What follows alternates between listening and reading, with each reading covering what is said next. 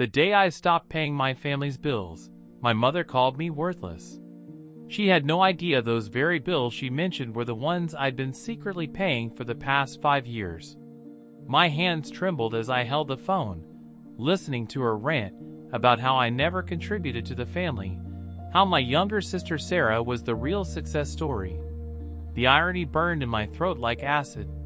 But this time, instead of swallowing my words like I'd done countless times before, I simply said okay and hung up. My name is Marcus, and I'm 28 years old. To my family, I'm the invisible middle child who works some mediocre office job and lives in a cramped apartment across town. They never bothered to ask what I actually do, and I never bothered to correct their assumptions. Maybe that was my first mistake. It all started 5 years ago, when Dad lost his job at the factory. I'd just landed my first real position as a software developer at a tech startup. The salary was good, really good, but I was careful never to flaunt it. I watched my parents struggle, saw the bills piling up on the kitchen counter during my visits, noticed Mom's worried glances when she thought no one was looking. One night, I couldn't sleep. The image of my father's slumped shoulders haunted me. He'd always been so proud, so strong. Seeing him defeated broke something inside me. That's when I made the decision that would eventually shatter everything. I called the utility company the next morning. My voice shook as I set up automatic payments from my account. Then the mortgage company. Then the insurance. One by one, I took over every major bill without telling anyone. I even made sure the statements still went to my parents' address. They'd see. Paid, stamped on each one, and assumed Dad had found some temporary work or Mom's part-time job was covering it. The first few months were rough on my finances. I ate ramen most nights and canceled my gym membership. But seeing the relief on my parents' faces during Sunday dinners made every sacrifice worth it. Dad started smiling again. Mom stopped getting those worried lines around her eyes. Meanwhile, my younger sister Sarah was the golden child. Fresh out of college with a marketing degree, she'd post constantly about her brunches, shopping trips, and weekend getaways.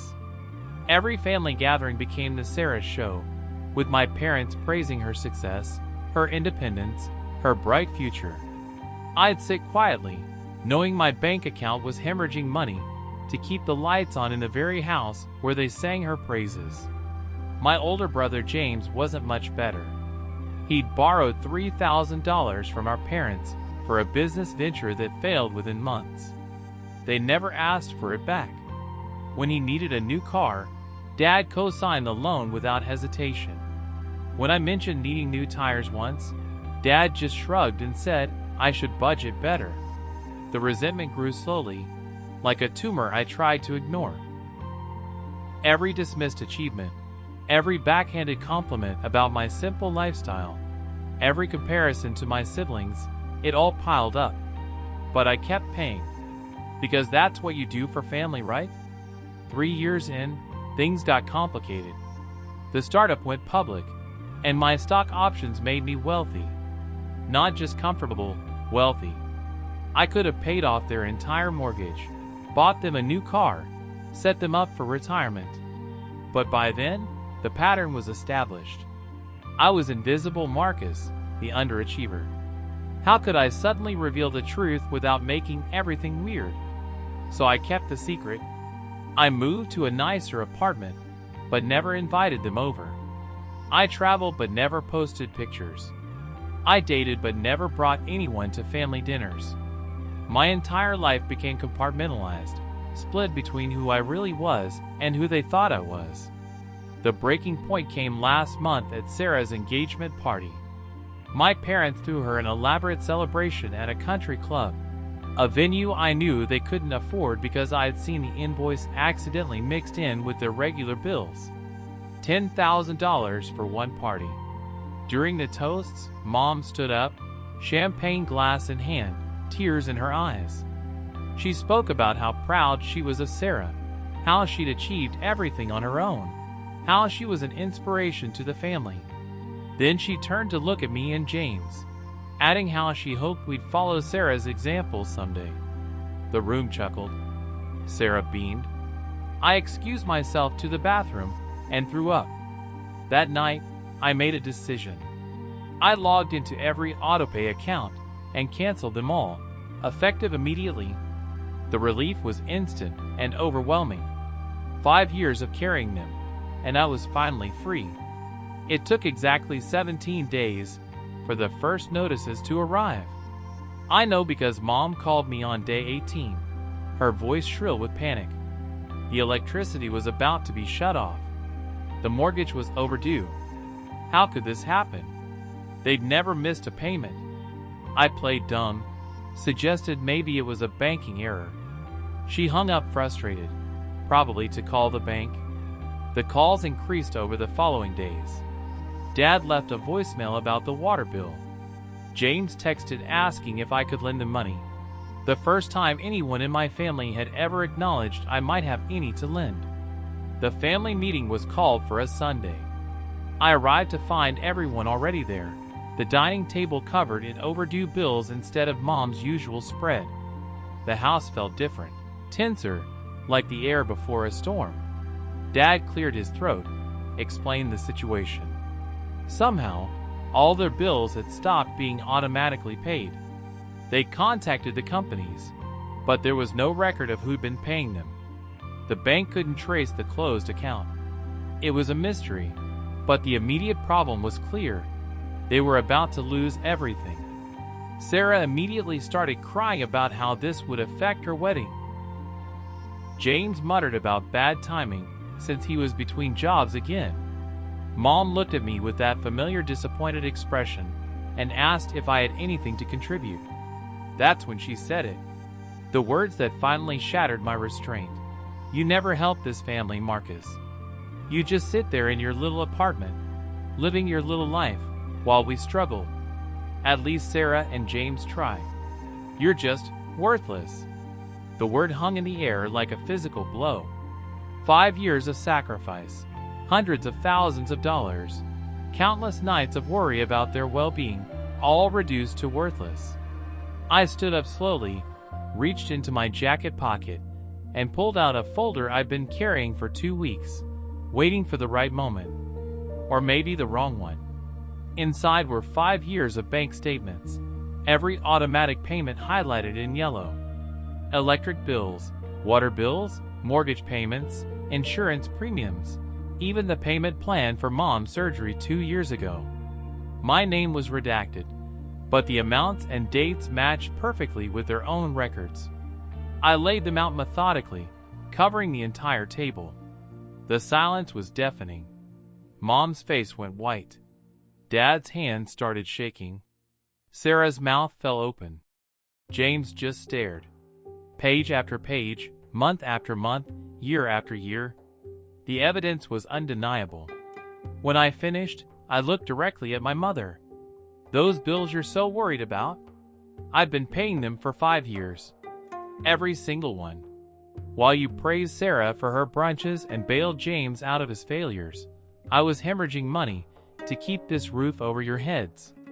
Mom tried to speak, but I wasn't done. You want to know why I never said anything? Because I thought family meant taking care of each other without keeping score. Because I thought eventually you'd notice that your struggling middle child somehow never asked for help, never needed money, never complained about being broke despite his apparently pathetic job. My voice cracked, but I pushed through. But you never noticed because you never really looked. I was invisible unless you needed someone to compare unfavorably to Sarah. Well, congratulations. You're right. I am worthless, at least to you. So I decided to stop wasting my worth on people who can't see it. The tears came then, hot and angry. Dad reached for me, but I stepped back. I'm done. Figure it out yourselves. Sarah is so successful. Let her pay the mortgage. James is so entrepreneurial. Maybe he can handle the utilities. I'm just worthless, Marcus, remember? I headed for the door, then turned back one last time. Oh, and that engagement party you threw last month? The one you couldn't afford? Yeah, I saw that bill too. $10,000 to celebrate Sarah while you told me to budget better for new tires. That's when I knew I was done being your secret safety net. The last thing I heard before the door closed was my mother sobbing and my father calling my name. That was 3 weeks ago. My phone has been ringing nonstop. Messages range from apologies to accusations to desperate pleas. Sarah actually had the audacity to call me selfish. James accused me of setting them up to fail. Only Dad seems to understand the weight of what I'd done and what they'd failed to see. I've been staying with my girlfriend, someone they never knew existed because I was too ashamed to subject her to their dismissive attitudes about my life. She holds me when the guilt hits, reminds me that love shouldn't require invisibility. The truth is, I probably will help them again. Not because they deserve it, but because despite everything, they're still my family. But this time, it'll be different. No more secrets. No more letting them treat me as less than while I shoulder their burdens. No more being the worthless son who somehow manages to be worth hundreds of thousands of dollars when no one's looking. They've asked to meet next week. Mom even used the word please, which might be a first. I agreed, but I set the location, my actual apartment, the one they've never seen, in the building they don't know I own. It's time they met the real me, the successful me, the me who loved them enough to sacrifice silently for half a decade. I don't know if our relationship will survive this revelation. The dynamics built over 20 years don't change overnight.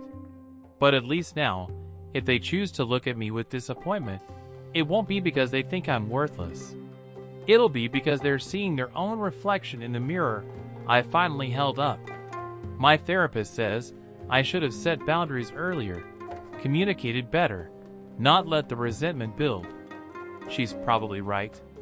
But when you grow up invisible, sometimes the only way to be seen is to stop being the thing no one notices until it's gone.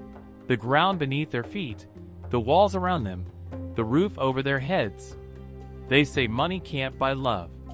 They're right. But apparently, it can't buy recognition either. The $10,000 they spent on Sarah's party could have changed my life at 23 when I was eating ramen to pay their mortgage. Instead, it bought champagne toast to success that wasn't even theirs to celebrate. The irony is that I'm still paying for my family, just in a different way. Now I'm paying with the truth, and it turns out that's the one currency they never wanted to accept. Because accepting it means acknowledging that for 5 years, they stood on a foundation built by the son they called worthless, in a house kept warm by the child they considered cold, living a life made possible by the one person they never thought could make anything possible at all. But here's what I've learned. Sometimes the most valuable thing you can give someone isn't money, or help, or even love. Sometimes it's the absence of those things, the empty space where they used to be, the void that finally makes them realize what was there all along. My family never knew I paid their bills for 5 years. Now they do.